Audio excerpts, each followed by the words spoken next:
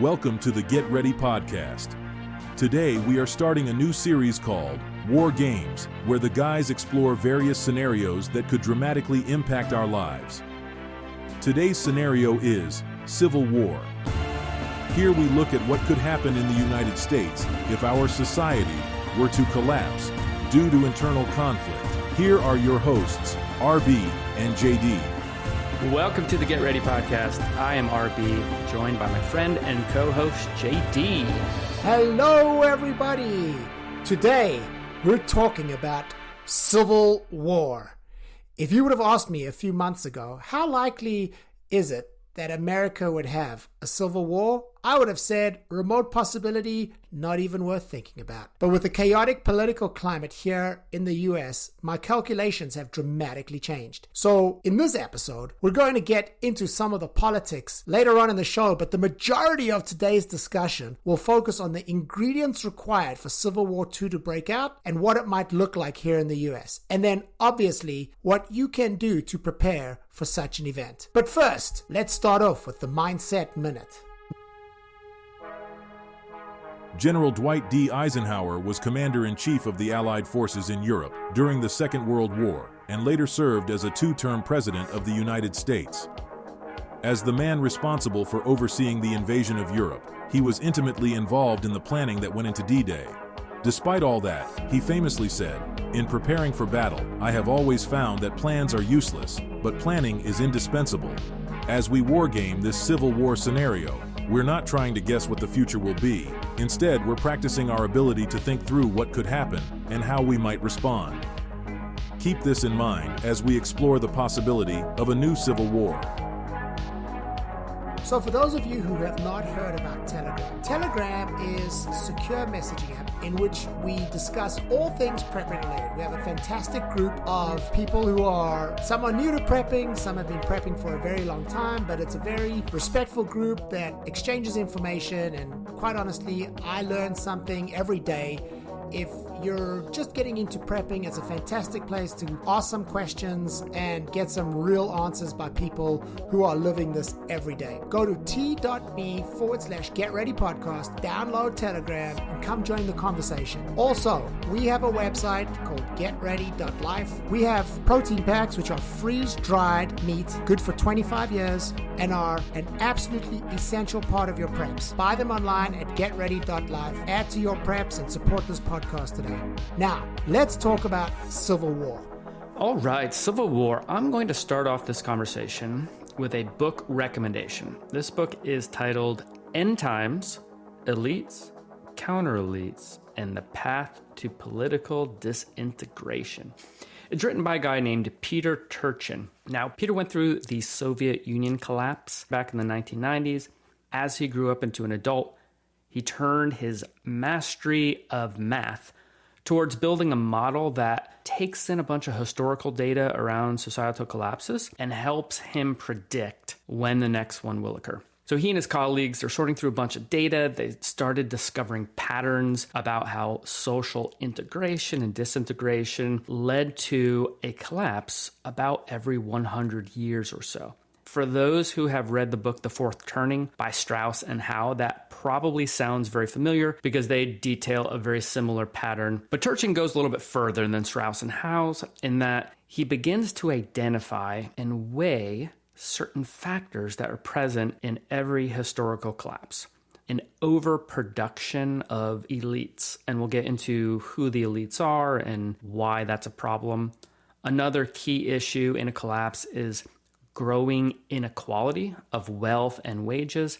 And then a third one, which is a big one, is the growing public debt. By weighing these factors and many more, he's optimized his mathematical model that he says can help predict when the next collapse will occur based on how civil wars came about in the past. Okay, so just to jump in here, when you say elites, what exactly do you mean?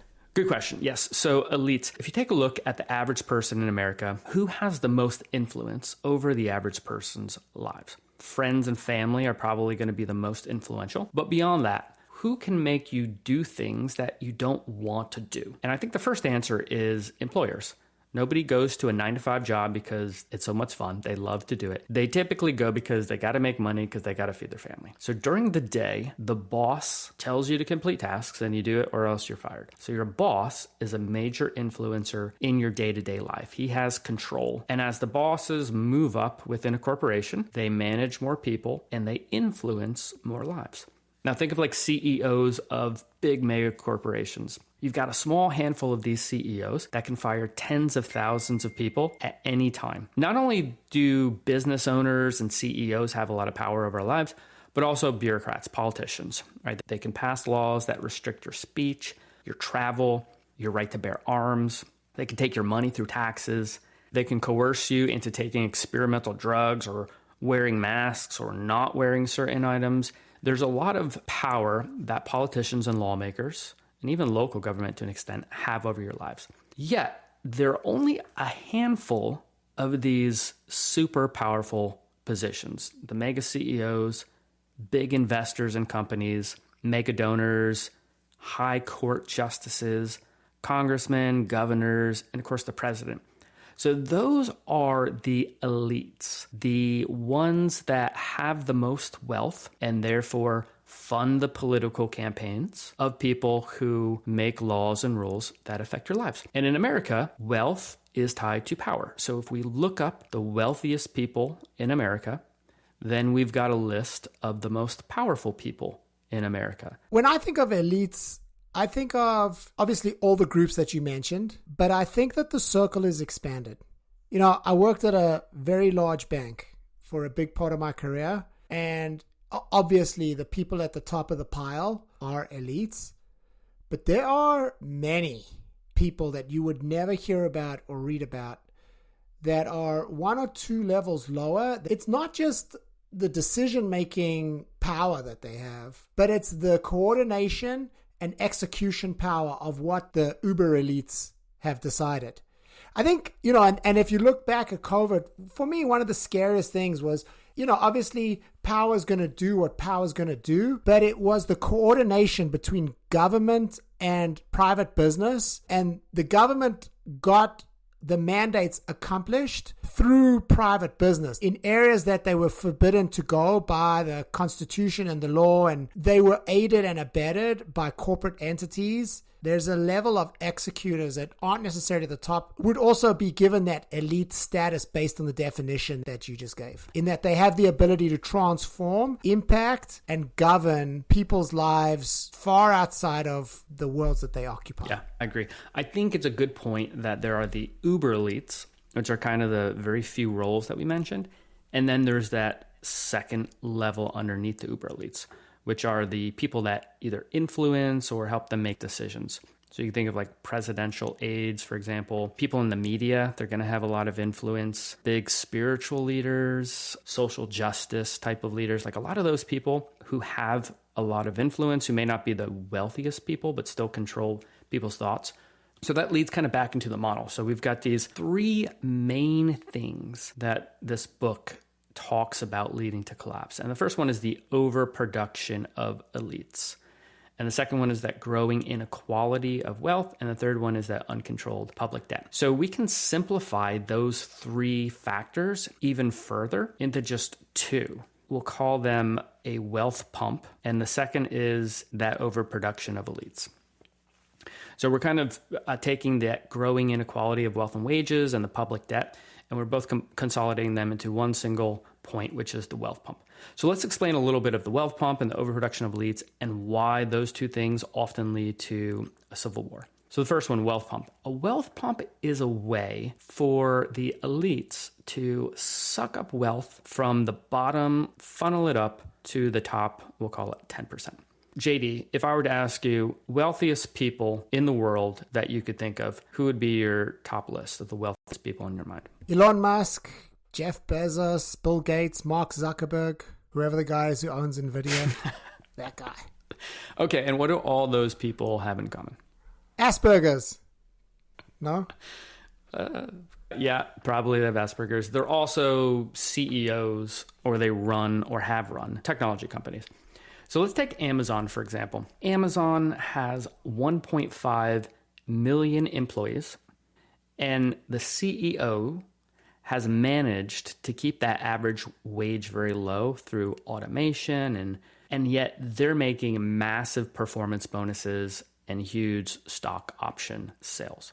And just for kicks, I was curious, how much did the CEO of Amazon, whose name's Andy Jassy, actually make? He gets paid a base salary of $365,000, basically $1,000 a day, which is not too much considering he's the CEO of Amazon. But don't feel too bad if you think he's underpaid, because he made $30 million in total compensation, which includes the vested stock in 2023. And in 2021, when he became the CEO, he took a $212 million signing bonus. So I think he's going to be okay. But that's just a good example of how a wealth pump works. You've got this massive amount of Amazon employees who work in factories and delivering packages and all sorts of different roles. And for the most part, on average, they're paid $75,000. And yet somehow the CEOs and the VPs and SVPs have managed to pump up all of that wealth and reward themselves by stock bonuses and performance bonuses. That is a wealth pump. I don't know if I agree with that construct, because I think what this refers to is hierarchy, and it assumes everyone has the same skill set. But the reality is that you would expect Andy Jassy to be able to deliver a lot more value based on his skill set, which would qualify for that compensation. I have a different, but maybe you're right. I'm not saying you're right or wrong. I'm just saying I think I have a better example of a wealth pump. But before we go to a better example, I think the counter is that, say, Andy Jassy's skill set is 10 times the amount of a typical worker. And if a typical worker makes $75,000, then 10 times the amount would be $750,000, right? Very different than $31 million. Andy Jassy can do things that none of those $75,000 workers could do. Yeah. They're not going to know how to restructure 3,000 person department to cut away efficiencies and increase the bottom line by a certain amount. They're not going to know which areas to push into in terms of product innovation. And that's not everyone. That's not everyone. And I don't know Andy Jassy. And so I may be wrong. But I do think that the hierarchy and the way that money flows, so long as it is merit-based, I don't think is a destabilizing factor. But like I said, you may be right, I may be wrong. Here's my example of a wealth pump, right?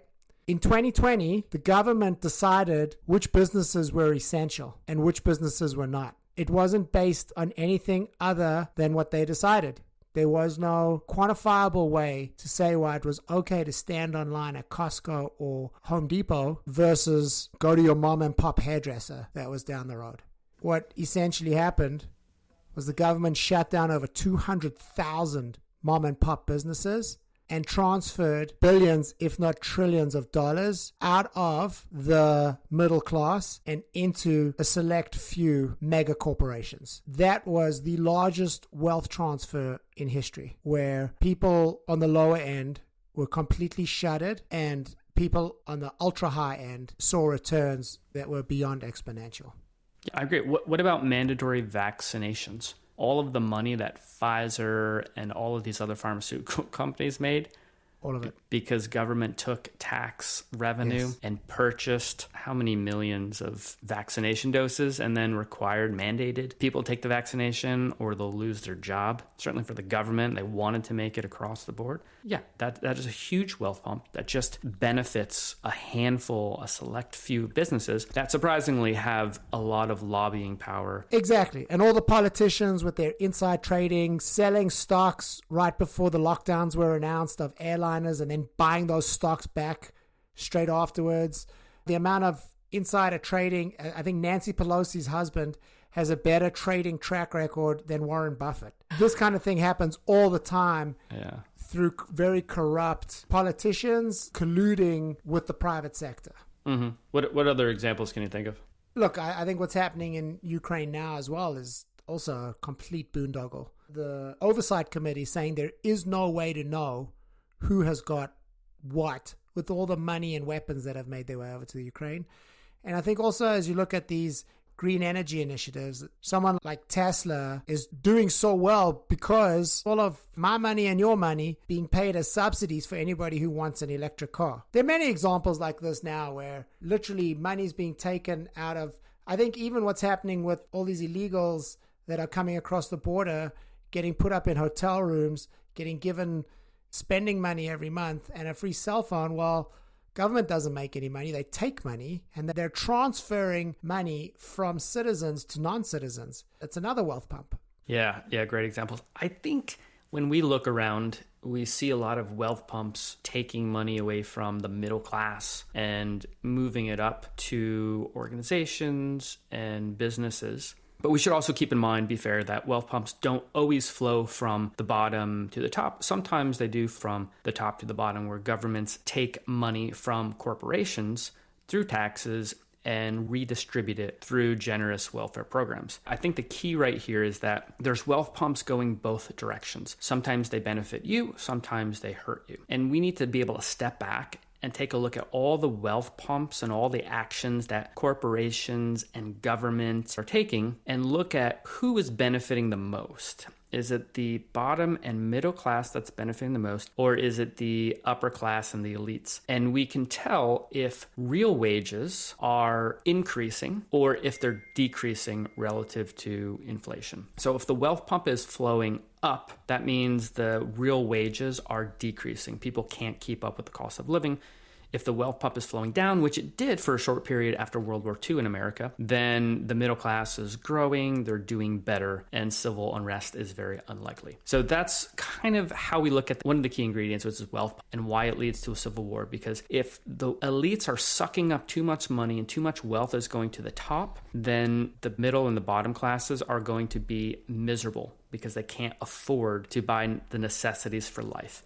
And if you get enough miserable, angry, desperate people, that's when you start to have civil conflict. Yeah. If you think about the middle class is the soft underbelly of society. They're less likely to take to the streets and burn things down because they've got too much to lose. They got the mortgage that they have to pay off. They've got the kids they're trying to educate and food to put on the table. And so that's why, as far as wealth pumps go, it's easier to take money from the middle class and redistribute it up or down because they're less likely to do anything about it. However, one thing that we're seeing now is that inflation is on a tear. And what's the one thing that inflation does is it makes everyone poorer, right? The middle class is getting gutted.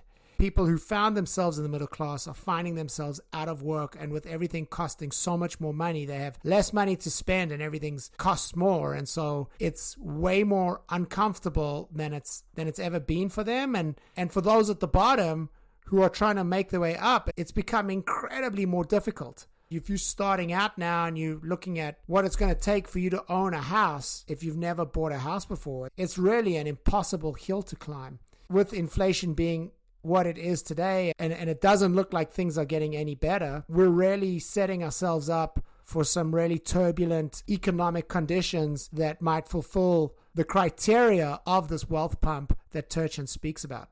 So what are the other key ingredients for civil war? I completely agree with you there. So that second ingredient after the wealth pump is what Turchin calls the overproduction of elites. So let's break that down. So if we were to go back in time, back to 1983, and we were to measure the number of households that were worth $10 million, we would get 66,000 households in America worth $10 million. Fast forward to 2019, that number increased by tenfold to 693,000 households worth $10 million. And in 2023, that's up to 2.1 million worth $10 million. Do you want to guess what that percentage of the U.S. population are that are now millionaires? And when I say millionaire, I don't mean has $1 million in cash in the bank, but I mean their net worth is over $1 million. What percent of the population do you think? Well, according to Bernie Sanders, it's the 1%. I don't know, maybe 5%? 18% of the U.S. population are now worth over $1 million. Just goes to show how money's become like monopoly money. Oh, so much of it just slushing around everywhere. All right, so you've got 18% of the population in America are millionaires, and that's good and bad. It's good that 18% of the people are doing well, but it's bad as a whole because one of the things that leads to civil war is having too many millionaires. So here's how it works. So most of these millionaires, they're getting a little bit older in life. They're probably boomers. They went to school, got good grades, went to college, worked their way up through a corporate ladder. Maybe they went back to school to become a doctor or a lawyer, and they probably rode the stock market for the past 20 years, and they've accumulated a lot of wealth. But times are definitely different now from when boomers were growing up into when Gen Z, who is now entering the workforce. Not everyone back in the boomer days had college degrees. Homes were cheap. There was no immigration or very little immigration. Outsourcing really wasn't a thing at all. There were no robots or AI to do jobs. If you graduated college, you were almost assured to have a good paying job that could support your family on one income. Now, JD, what would you say the situation looks like today for kids entering the workforce? Well, I mean, it's the exact opposite. Everyone has a college degree, even if a lot of the degrees are like liberal arts, history and theory of lesbian dance, or whatever it is that they've studied. Mountains of debt associated with these degrees. Homes are unaffordable. Many of these young adults are still living in their parents' basement, and almost all jobs, even minimum wage jobs, are being replaced by technology or cheap migrants. Kids are very expensive too, and so a lot of people are finding that you need two incomes just to make ends meet. As you're starting out in life with a mountain of debt, you discover that your degree doesn't mean anything. It's very, very difficult to go out there and make a go of it.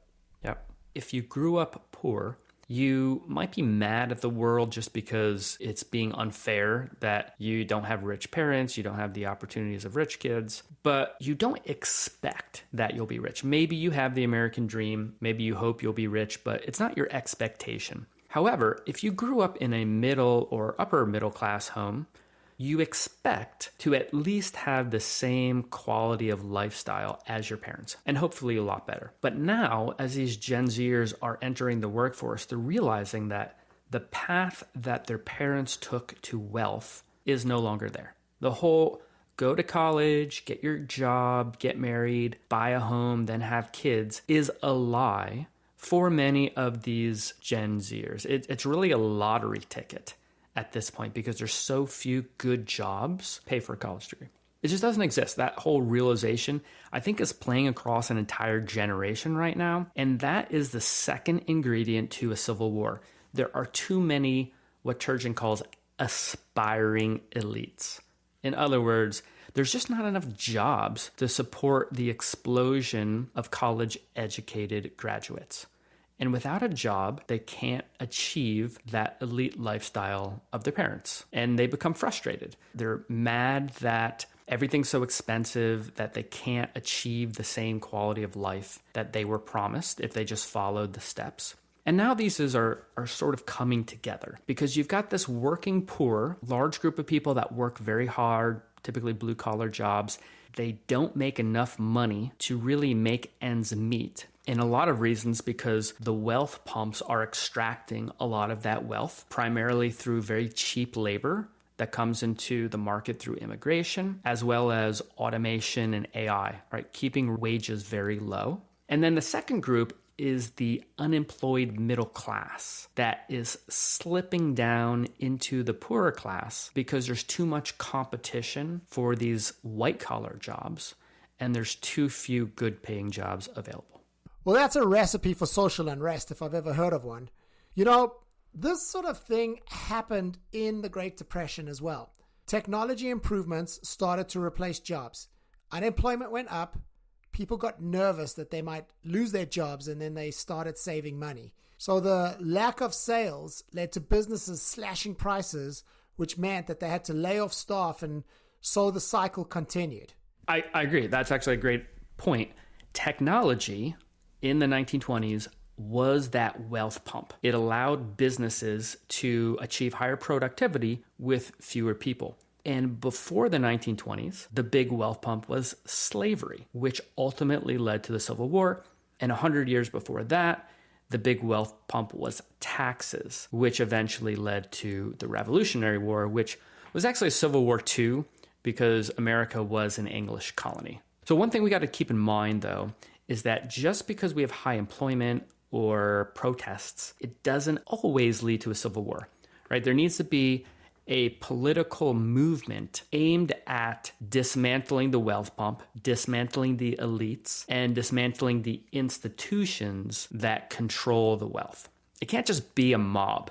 Like, we've had tons of mobs, but it can't be a mob. There has to be a figure at the top of this movement that can actually control the mob. That's the only way you can get sustained progress if the mob is all moving in the same direction. So what you need is what Turchin calls a, quote, counter elite, which is someone who is an elite themselves, but actually hates the elite apparatus. They want to destroy the system that creates elites. They're basically a populist figure or candidate who promises to tear down the corrupt system, remove the elites, and set up a new system where everyone can thrive. Wow. Doesn't that sound... Yeah, a little Trump-esque, perhaps? Yeah. So, I mean, what do you think? You think that could be Trump? He is an elite. Drain the swamp. I mean, that's something that he promised because, I mean, government is corrupt. And Trump is uniquely positioned because he was on the other side for so long. I don't know if you remember the debates in 2016, but he was said that, you know, everybody on that stage had come to him at some point to ask him for money. That's right. Right?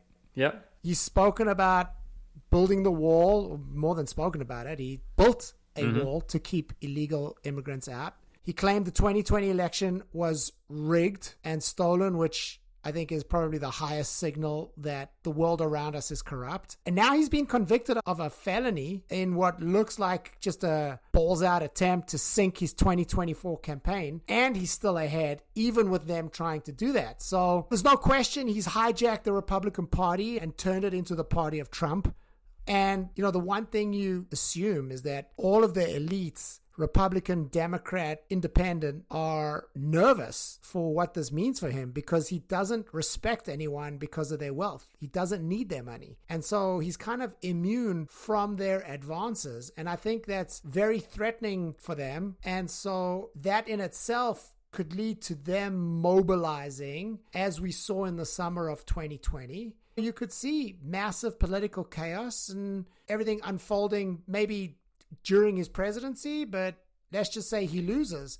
People get upset that he was shortchanged or cheated, or you could just see how this gets hot quickly. Yeah, I think what you said about hijacking the Republican Party is key because years ago when I was growing up, the Republican Party was really the party of business and businessmen, and the Democratic Party was very much the working class, the working poor, the labor unions. And now Trump has become the representative for the working class, which is ironic because there's nothing about Trump that ever says he worked a hard day in a blue-collar role in his life. And yet he is put up as the spokesman and the representative for the people who have been neglected and taken advantage of in life. So he's managed to fulfill that role of the populist leader of the movement, and he's completely upended politics. So whether or not it's him or someone very much like him, he definitely checks all the boxes for the counter elite that can control the movement.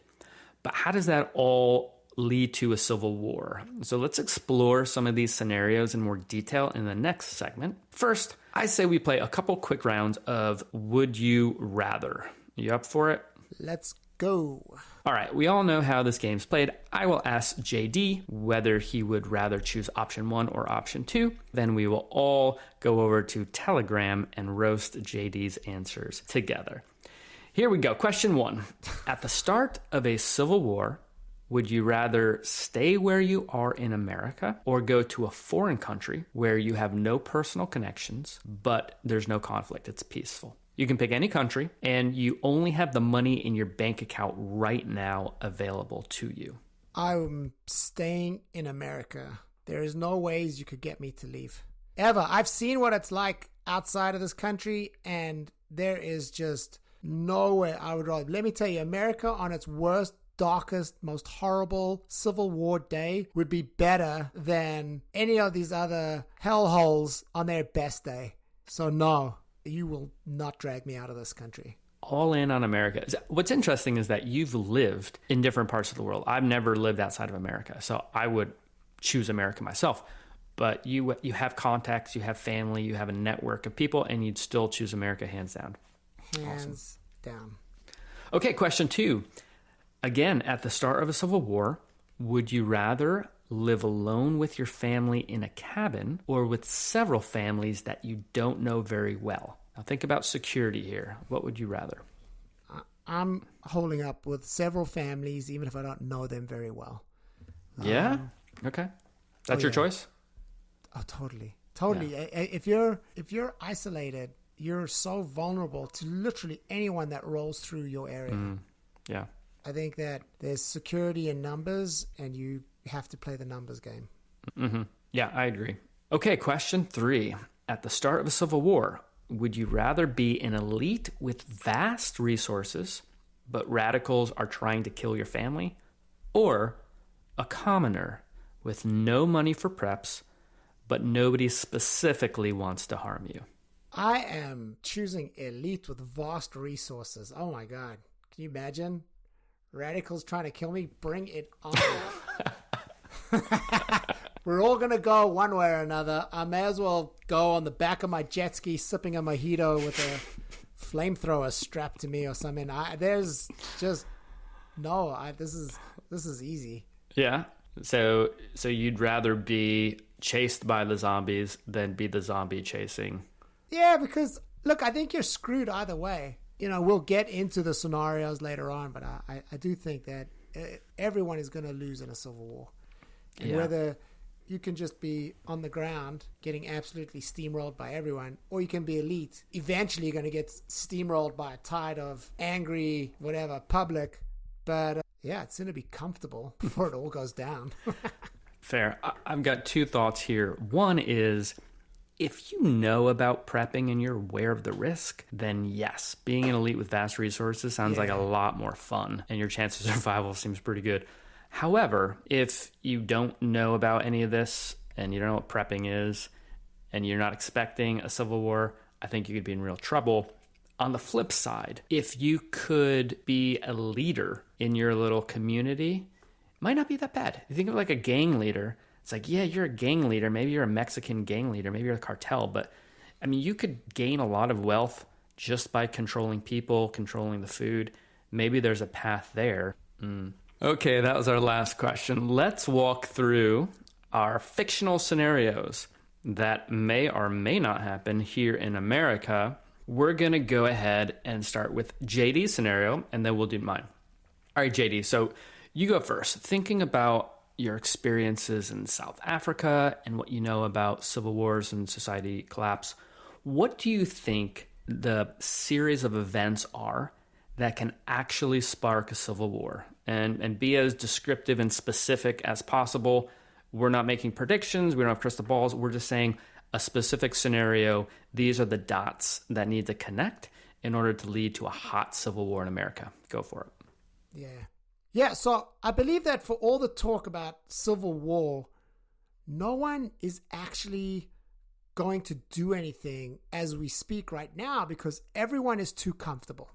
If you just look at how even just government control and how our liberties are being taken away from us, they're totally boiling the frog, in that the heat is getting turned up slowly. No one's jumping out of the pot just because, we all complain, but we're just all really comfortable. And it's through all the classes, not just middle class. It's, people in the lower end of the socioeconomic spectrum too. It's just too easy. I mean, think about it like this, right? Especially here in America, we enjoy the best standard of living in the world by far. It's not even close. And I know everybody loves to talk shit about this country. They all need to go and try live somewhere else for a little bit.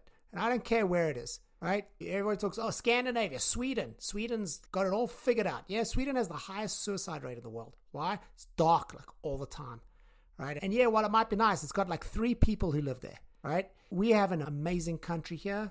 You know how good this country is? If you're on the lower end of the socioeconomic spectrum, if you are considered poor in this country, you have a higher chance of dying from obesity-related illnesses than starvation-related illnesses. Think about that. That's how good it is here. Even if you're on the lower end of the social economic spectrum, you still have too much food, right? Like, that's how good it is. Yeah. And a massive comorbidity is obesity. And I'm not saying that you have good food, but you still have sustenance. Whereas in the third world, in Africa, in South Africa, where I'm from, if you're over the age of 50 and you're unemployed, you're done. You are done. Your opportunities for doing manual labor go out the window the older you get. There's no health care. There's no nothing. There's no food. You're starving to death. Do you really starve to death? In South Africa? Yeah, South Africa. Oh, yeah. Well, there are no food banks. There are kids on the street starving. Every single restaurant you go to, you sit in the restaurant and there are people tapping on the window asking if they can have some of your food. Wow. Right? It is upfront and it's personal. And you see it everywhere. Just people on the street dying? Look, you're not exactly walking down the street and stepping over bodies. Like San Francisco. Right. But there is massive starvation. Like, you see it. We're far away from being that uncomfortable that we're getting into fights with the government or whoever. But I do think that it can get uncomfortable quickly, right? And so what does that look like, right? Like, what would it take to become uncomfortable? So let's think about it. Massive job layoffs, depression, Great Depression, unemployment, shortages of food, severe shortages of food, right? And so we all know how easy the supply chain is to break. Over here, we have next day inventory, right? And so all we need is a cyber attack or something like that shuts down the supply chain. Services like electricity and water getting shut off for long periods of time. That'll make economic activity really hard. Be difficult to run your shop. Be difficult to buy something when the power's out. For most part, even today, cash has been phased out, right? Put another layer on top of that, which is the government needing to clamp down on dissent because, these hard times really require stability and we have to have a zero tolerance for misinformation, right? When you have all of these ingredients put together, you're going to have mass discomfort. And once you have mass discomfort, people are naturally going to tribe up and mobilize against those they feel are benefiting or causing their discomfort, right? If you just take these ingredients and you think about, okay, well, what would it take to create all of these? You could see that the economy could crash due to another unforeseen crisis, right? Massive cyber attack or war. Say China is itching to have a go at Taiwan. What if that kicks off? And what if they kick that off with a surprise attack on American soil that cripples our infrastructure? I think all of these things that it would take are not that far off the horizon. Now, if we think about what the Civil War would look like, I think that a lot of people like to romanticize about, North versus South or urban versus rural, coastal versus inner states, where you've got these two really well-defined, delineated sides facing off against each other. But if you look at what Civil War looks like in the Third World, or even in Yugoslavia, there are larger players who are fighting, but power is massively fragmented. Your local suburb now gets ruled by a local warlord or militia. What does that look like? Honestly, it looks like 15 to 20 guys who team up with guns. And now they run your suburb. They control everything. Government control gets limited to a few areas that have some infrastructure like an airport or a radio station. So it's usually cities. And these are areas they can physically control. In these countries that have civil war at this scale, is that the average person who is not male and of fighting age is absolutely screwed, right? And all these ideas of movies, of the Civil War that we grew up on, where you've got, like I said, two highly distinguishable sides. Like in my experience and what I've seen, it's impossible sometimes to tell who is who. Lines are incredibly blurred and people will change allegiances as their needs or opportunities change. And there are no good guys or sides worth fighting for. It's all just one big mess. And I'm sorry to rain on any kind of romanticized parade, but it really is a huge mess in every sense of the word. Anyway, your turn, RB. Before I get into my scenario, I quite liked the fact that you envision an external event knocking the current society structure sort of off kilter.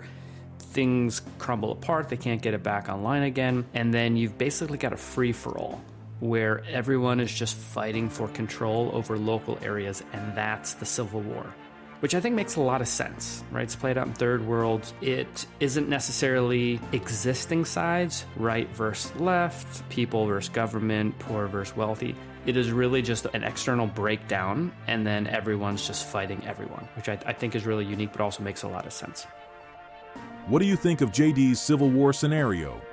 Could a cyber attack knock out the infrastructure and leave the government with control of the cities while warlords fight over the suburbs? Join us in part 2, available immediately, as the guys look at a second potential cause of a civil war in RB's scenario. The discussion shifts toward how to prepare should something similar occur. If you're enjoying the show, would you consider rating it on Spotify, Apple Podcasts, or wherever you're listening to the podcast right now? A 5-star rating tells the platforms to recommend the show to others who are looking for prepping advice. Go ahead, pay it forward, and help your fellow prepper out. If you're ready to jump back in, fire up the next episode and see what you think of RB's Civil War scenario.